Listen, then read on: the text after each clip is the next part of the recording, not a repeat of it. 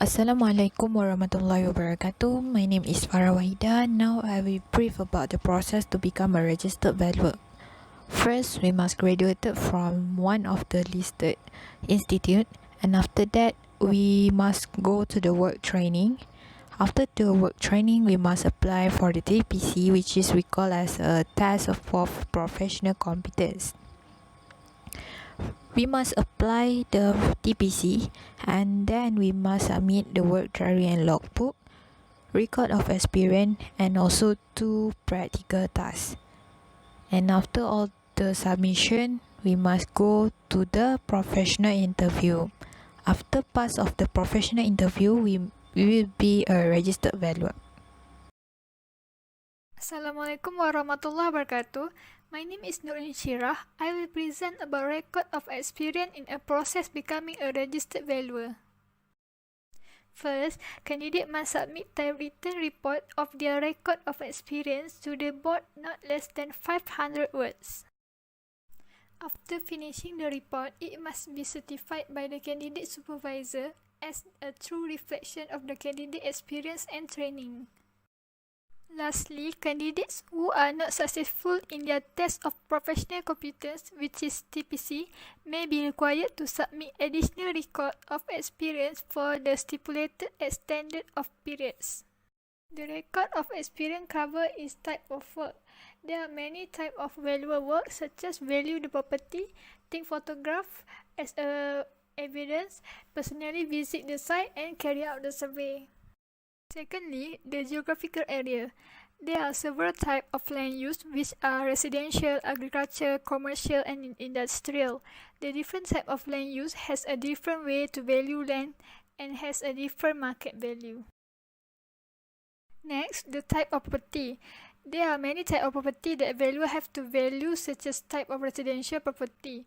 Valuer must value the residential property in terms of size, design, location. Different type of residential have different experience that candidate can gain and candidate can learn different way to value the property. Lastly, the candidate level of responsibility means how they perform or responsible to value a property. If many information that a candidate can include in the report, that means the level of responsibility they have are high. New information which mean that the information the candidate did not learn when they study but they learn when they site visit to value a property. Assalamualaikum warahmatullahi wabarakatuh. My name is Nurul Atira. I will explain in practical tasks. First is the candidate must prepare and submit 2 practical tasks, one from part A and the others will be part B. The subject matter chosen for part B shall not be similar to the task that prepared under part A. Each task should be more than 4,000 words in length. Candidate must submit their original inspection notes, sketch plan, and working paper.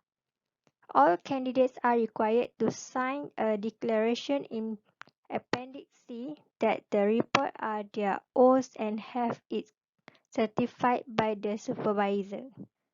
The practical task will be assessed by a panel appointed by the board. The same panel will conduct the professional interview. Unsuccessful candidate will be required to resubmit the whole or part of the task.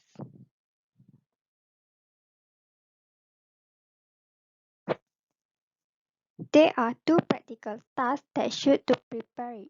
First is prepare a report and evaluation for client advising the client on the open market value of a piece of agricultural land with an area of not less than 5 hectares and with potential of change of land use and subdivision for building purpose for sale.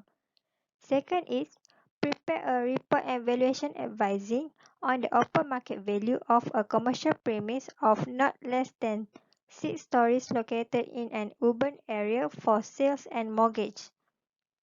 Third is prepare a report and valuation of a property affected by compulsory acquisition. Fourth is prepare a financial appraisal report of property development. Lastly is prepare a management report outlining the difficulties and problem connected with the management of an commercial premise of not less than 6 stories on the assumption that you have managed the property for the owner for the last 5 years. In the part B, candidates should prepare a critical analysis report on actual work done. Candidate must ensure that the subject chosen is able to demonstrate the application of your professional capabilities. Candidates are required to submit the chosen topic for approval by the board 6 months before the TPC interview.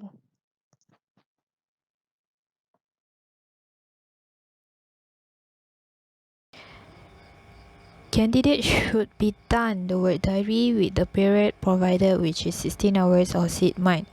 To complete the work diary, every month should have record in the diary, and each week must be summarize that work carried out on the relating page. At the end of every week, candidate and their supervisor should sign the diary at the end of every week. And the submission work diary for the final assessment is on the completion week 104. Logbook used to present an analysis of their professional experience in chronological order based on the content in the diary. In the logbook, first we must analysis of the diary sheet for 24 months or 12 months. The details required for the analysis of the diary sheet must be drawn from diary at the end of each month. And supervisor and the candidate should sign at every 4 months or 2 months every 200 hours. And the final assessment for the logbook will carry out not more than 12 months after the preliminary assessment. Must bear in mind, logbook and work diary submission for the preliminary assessment is on completion week 52.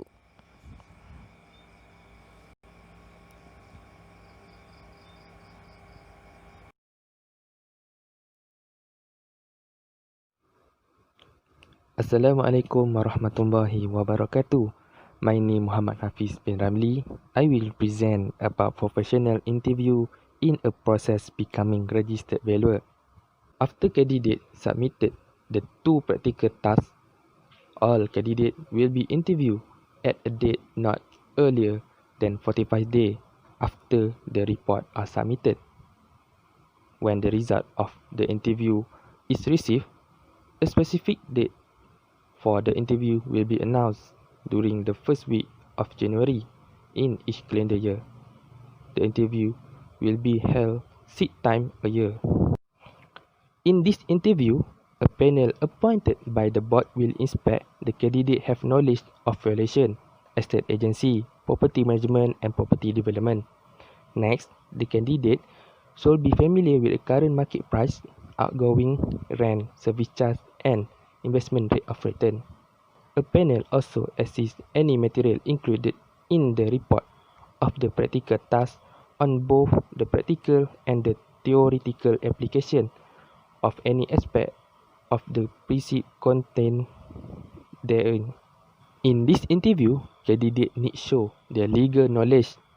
Example of law that need to be followed by candidate are the National Land Code, State Land Rule, Town and Country Planning Act, Land Acquisition Act, and other law or act that used in this career. If the candidate pass the interview, the candidate will register as registered valuer and need apply for authority to practice ATP. The candidate need to renew ATP every year as it will have expired at 31st December.